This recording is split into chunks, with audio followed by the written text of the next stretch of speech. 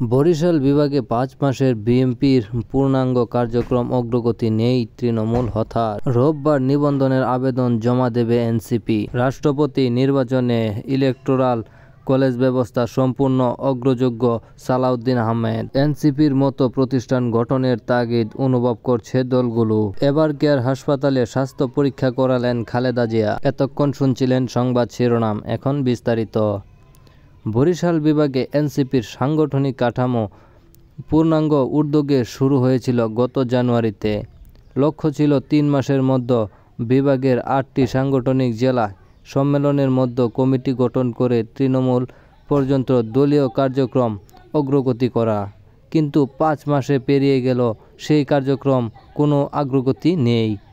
এখন পর্যন্ত একটি জেলাতেও সম্মেলন না হওয়ায় তৃণমূলের নেতাকর্মীদের মধ্যে হতাশ বাড়ছে।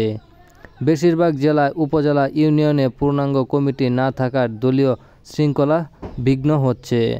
বরিশালে মহানগরে কয়েকটি জেলার নেতারা হতাশ প্রকাশ করেছেন, বলেন ইতিমধ্যে বর্ষা মৌসুমে শুরু হয়ে গেছে।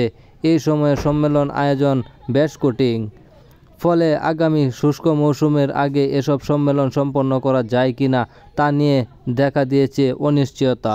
আসন্ন জাতীয় সংসদ নির্বাচনের সামনে রেখে নতুন রাজনৈতিক দল নিবন্ধনের জন্য নির্বাচন কমিটি ইসি আবেদন গ্রহণ শেষের দিন 22 জুন রোববার শেষে দিনের ইতিহাসে নিবন্ধনে আবেদন জমা দেবে দলটি।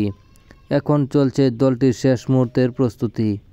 ইসিতে নিবন্ধনের জন্য কোনো দলের কেন্দ্রীয় কমিটি সহ স্বয়ংক্রিয় কেন্দ্রীয় অফিসার থাকা, অনবরত 1/3 প্রশাসনিক জেলা অফিসার এবং অন্যান্য 100টি উপজেলা বা ক্ষেত্রমতে মেট্রোপলিটন থানা অফিসার, যার প্রতিটিতে সদস্য হিসাবে ন্যূনতম 200 ভোটার তালিকাভুক্ত হতে হবে, থাকা শর্ত পূরণ করতে হয়।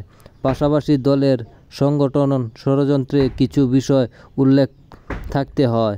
1 জুন ঢাকা মহানগর উত্তর সমন্বয়ক কমিটি গঠনের মধ্য দিয়ে জেলা উপজেলা পর্যায়ে এনসিপির কমিটি গঠন শুরু হয়।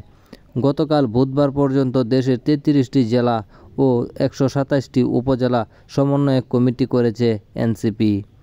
এই কমিটিগুলোর মধ্যে এই পরে জেলায় উপজেলায় পর্যায়ে দলটির আহ্বায়ক কমিটি গঠিত হবে। অবশ্য দলের গঠনতন্ত্র এখনও চূড়ান্ত হয়নি। বিএনপির চেয়ারপারসন ও সাবেক প্রধানমন্ত্রী খালেদা জিয়া নিয়মিত স্বাস্থ্য পরীক্ষার জন্য বুধবার সন্ধ্যায় রাজধানীর এবারকেয়ার হাসপাতালে যান। রাজধানী এবারকেয়ার হাসপাতালে গিয়ে তিনি স্বাস্থ্য পরীক্ষা করিয়েছিলেন বিএনপির চেয়ারপারসন খালেদা জিয়া। বুধবার সন্ধ্যায় তিনি রবিবার ওই হাসপাতালে থেকে যান। স্বাস্থ্য পরীক্ষা শেষে রাত 12টার দিকে গুলশান বাসায় ফেরত তিনি। খালেদা জিয়ার ব্যক্তিগত চিকিৎসা অধ্যাপক এজেএম জাহিদ হোসেন বলেন, মেডিকেল বোর্ডের পরামর্শক্রমে ম্যাডামের কিছু পরীক্ষা সম্পন্ন হয়েছে। বাসায় ওনাকে চিকিৎসা প্রদানের বোর্ড সিদ্ধান্ত নেওয়া, উনি ফিরোজায় ফিরেছেন। বোর্ড আশা করছে যে বাসায় চিকিৎসা সেবায় ওনার শারীরিক অবস্থা আরও উন্নতি হবে।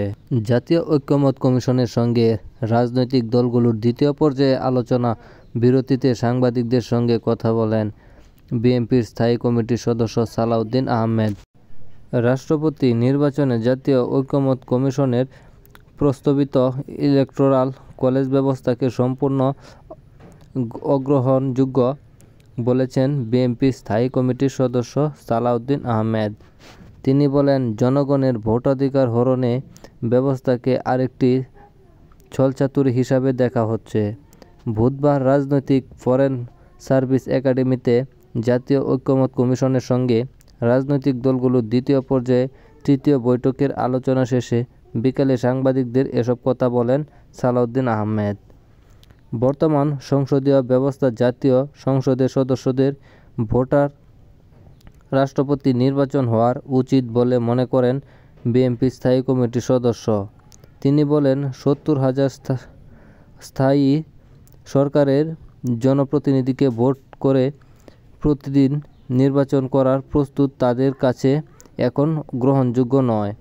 ভবিষ্যতে যদি সংসদীয় আলোচনার মধ্যে এ বিষয়ে সমঝোতা হয় তখন তা বিবেচনা বিষয় হতে পারে। সংস্কার নিয়ে রাজনৈতিক দলগুলোর সঙ্গে আলোচনা জাতীয় ঐক্যমত্য কমিশন।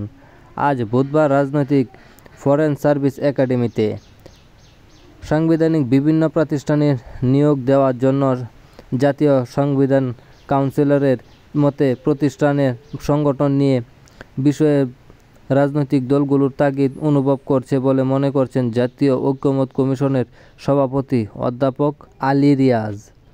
সংস্কার প্রশ্নে রাজনৈতিক দলগুলোর সঙ্গে ঐকমত্য কমিশনের দ্বিতীয় পর্যায়ে তৃতীয় বৈঠক বুধবার রাজনীতি ফরেন সার্ভিস একাডেমিতে দোয়েল হলে আনুষ্ঠানিক হয়। পরে কমিশনের সভাপতি একথা বলেন। নিয়মিত এরকম আপডেট খবর পেতে চ্যানেলটিকে লাইক দিয়ে ও সাবস্ক্রাইব করে পাশে থাকুন।